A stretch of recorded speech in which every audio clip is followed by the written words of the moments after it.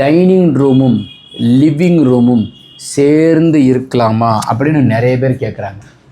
இப்போ பாருங்கள், ஒரு வீடு வந்து இதுதான் ஹால்னு ஞாபகம் வச்சுக்கோங்க. இது கிழக்கு பார்த்து இருக்குது. இப்போ வந்து இது மேற்கு வடக்கு தெற்கு. இதுதான் ஹாலு. அப்போ ஹாலில் நீங்கள் என்ன பண்ணுவீங்க? இந்த பகுதியில் கிச்சன் வச்சுருக்கீங்க. சவுத் ஈஸ்ட் கிச்சன் கரெக்டாக. இது அக்னி மூலை. இந்த மியூசிக் கம்போஸ் பண்ணுறது உட்காந்து பண்ணுவாங்களே, அது மாதிரி நான் உங்களை போட்டு காமிச்சிட்ருக்கேன்.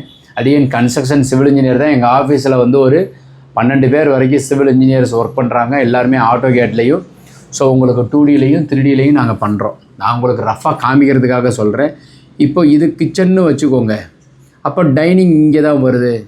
அப்போ இந்த வாழை எடுத்துட்டாக்கா இந்த மாதிரி வச்சுக்கலாமா?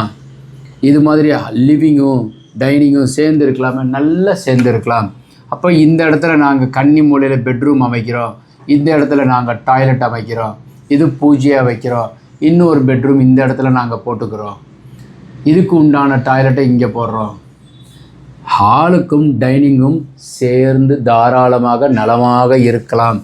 ஒரு சில நண்பர்கள் என்ன சொல்லியிருக்காங்கன்னாக்கா, இந்த ஹாலுக்கு உள்ளே வந்து இந்த இடத்துல வந்து டைனிங் வந்து சேர்ந்து இருக்கக்கூடாது அப்படின்னு சொல்லியிருந்தாங்க.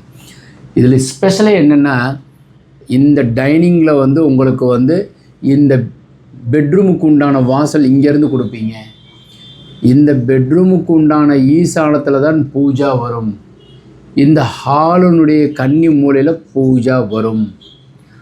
ஹாலுனுடைய கன்னி மூலையில் உங்களுக்கு டைனிங் உண்டான சிறப்பாக உட்காந்து சாப்பிடுவதற்கு உண்டான அமைப்பு. நிலம்தான் உங்களை உயர்த்தும், வீடு தான் வசிப்பதற்கு உண்டான அமைப்பை உயர்த்தும். இது மாதிரி உங்களுக்கு வரைபடம் தேவைப்பட்டால் கீழே இருக்கிற நம்பரை கான்டாக்ட் பண்ணுங்கள். சிவாய நம.